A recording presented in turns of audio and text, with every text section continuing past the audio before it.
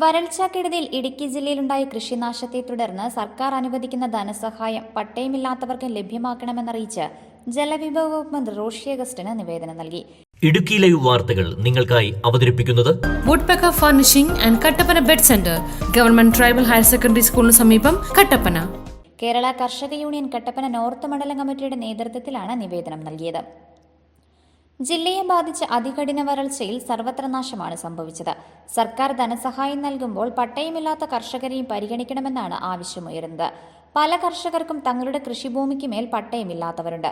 വിവിധ ഭൂവിഷയങ്ങൾ നിലനിൽക്കുന്ന ജില്ലയിൽ പട്ടയ പ്രശ്നം നാളുകളായി തുടരുന്നതാണ്.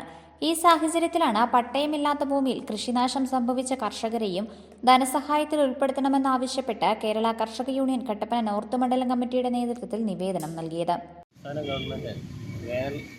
കൃഷിനാശം സംഭവിച്ച ആളുകൾക്ക് നഷ്ടപരിഹാരം മറന്നിരിക്കുന്നത് ഇപ്പോൾ കൃഷിഭവനിൽ വന്നിരിക്കുന്ന ഉത്തരവ് പ്രകാരം പട്ടയമുള്ള ഭൂമിക്കും അതോടൊപ്പം പാട്ടക്കരാർ എഴുതി രജിസ്റ്റർ ചെയ്തിട്ടുള്ള ഭൂമിയുടെ കേസുകൾ മാത്രമേ പറഞ്ഞിട്ടുള്ളൂ. പക്ഷേ ഹൈറേഞ്ചിലെ സ്ഥിതി വെച്ച് നിരവധി ആളുകൾക്ക് പട്ടയമില്ലാതെയുണ്ട്. അപ്പോൾ ഈ പട്ടയമില്ലാത്ത സ്ഥലങ്ങളിലും ഏറെ ഉൾപ്പെടെയുള്ള കൃഷികൾ നടത്തി നിരവധി കൃഷിക്കാർ വളരെയേറെ നഷ്ടം അനുഭവിച്ചു വരുന്നുണ്ട്. അപ്പം ഈ കാര്യങ്ങൾ ചൂണ്ടിക്കാട്ടി ഈ പട്ടയമില്ലാത്ത ആളുകളെ കൂടി ഈ നഷ്ടപരിഹാരത്തിൻ്റെ പദ്ധതിയിൽ ഉൾപ്പെടുത്തണമെന്ന് ആവശ്യപ്പെട്ടുകൊണ്ട് കേരള കർഷക യൂണിയൻ കട്ടപ്പന നോർത്ത് മണ്ഡലം കമ്മിറ്റിയുടെ നേതൃത്വത്തിൽ ഇന്ന് ബഹുമാനപ്പെട്ട ജലവകുപ്പ് മന്ത്രിക്ക് നിവേദനം നൽകിയിട്ടുണ്ട്. അനുഭവപൂർവമായ പ്രതികരണമാണ് ഉണ്ടായിരിക്കുന്നത്.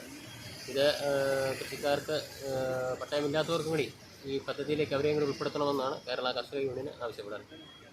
ജില്ലയിൽ വിവിധ കാരണങ്ങളാൽ പട്ടയമില്ലാത്തതും സർക്കാർ ഇടപെടലിൽ ഉടൻ പട്ടയം ലഭിക്കാൻ സാധ്യതയുള്ളതുമായ കൃഷിയിടങ്ങൾ നിലനിൽക്കുന്നുണ്ട്. നിലവിൽ കൃഷിനാശം സംഭവിച്ച കർഷകർ കൃഷിവകുപ്പിൽ വിവിധ രേഖകൾ ഹാജരാക്കിയാൽ മാത്രമേ ധനസഹായത്തിനുള്ള നടപടികൾ പൂർത്തിയാവുകയുള്ളൂ. എന്നാൽ പട്ടയമില്ലാത്ത കർഷകർക്ക് രേഖകൾ ഹാജരാക്കാൻ കഴിയാത്ത സാഹചര്യത്തിൽ ധനസഹായ പട്ടികയിൽ നിന്നും ഒഴിവാക്കപ്പെടും. ജില്ലയിലെ നല്ലൊരു ശതമാനം കർഷകരെയും ഇത് പ്രതികൂലമായി ബാധിക്കുകയും ചെയ്യും. നേതാക്കളായ ഷാജി കൂത്തോടി, സാബു പുത്തൻവീട് എന്നിവരുടെ നേതൃത്വത്തിലാണ് നിവേദനം നൽകിയത്. Idukki live news Kattappana. Idukki live വാർത്തകൾ നിങ്ങൾക്കായി അവതരിപ്പിച്ചത്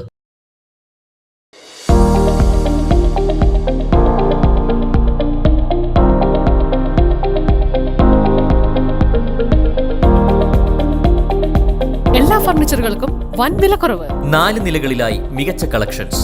ബെഡുകൾക്കായി പ്രത്യേക വിഭാഗം. 2400 രൂപ മുതൽ ഗ്യാരണ്ടി ബെഡുകൾ. EMI സൗകര്യം ലഭ്യമാണ്.